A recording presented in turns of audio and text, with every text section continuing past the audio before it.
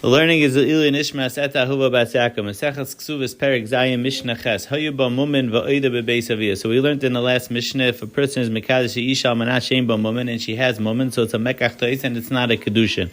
In this Mishnah, the question is that she has mumen, but when did the mumen come? Were the mumen there before Erisin, or they came after Erisin? So if they found these mumen while she was still bebeis aviyah, meaning they found it after Erisin but before Nisuin, while she was still living in her father's house, so then ha'ab tzarech lahavi raya. If the father wants to collect the ksuva, so he would have to bring a raya and prove that these mumen came after Erisin. Shemishin esarsin nolda ba mumen halalav and nistach vasadeyo, and it's the Baal's loss. Nichnas al rishus habal, but if we first find the mumen after she is in the rishus of the Baal, so then we assume that the Av is right, then we assume that the mumen were there only later on, and habal tzarech lahavi raya sha'ad shalei nisar sahaya mumen ha'il. If he wants to claim mekach tois, he would have to prove that the mumen were there before Erisin, and that it's a mekach tois. Divrei Rameir. This is the shita of Rameir.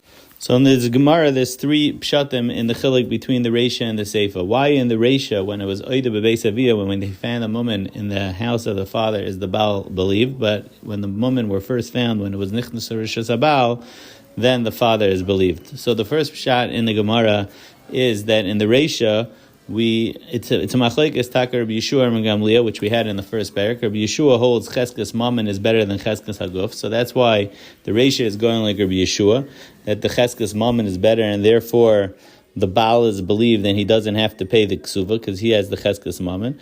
And in the Seifa, the father is believed because there's a cheskes haguf. It's going like Rabbi Gamliel, the cheskes haguf is better than cheskes mammon, and the cheskes haguf says that the mumen happened later on, and therefore it is not a mekach tois.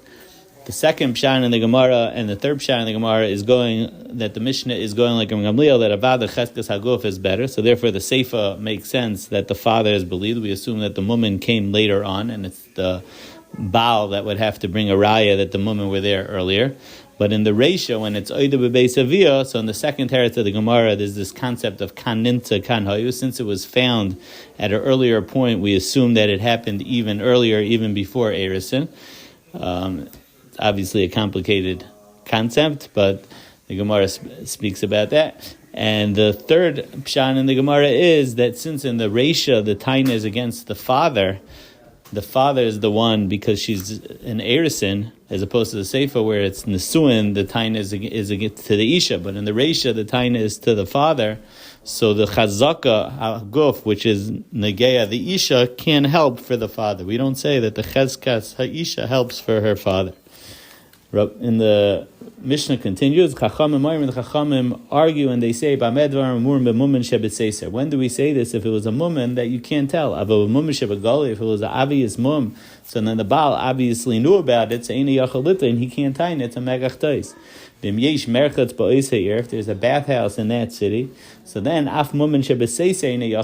even if it's a private area, the mumen's in a private area, still he can't say it's a mekach tois.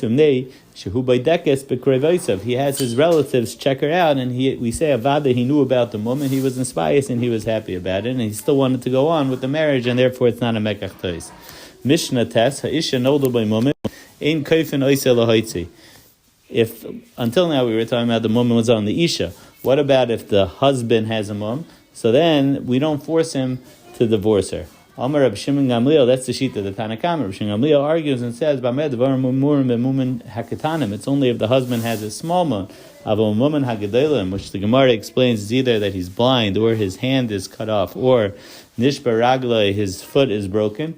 So then she's able to say that she doesn't want to remain in this marriage, and halacha is kaifin oisai lahaitzi, that we force him to divorce her.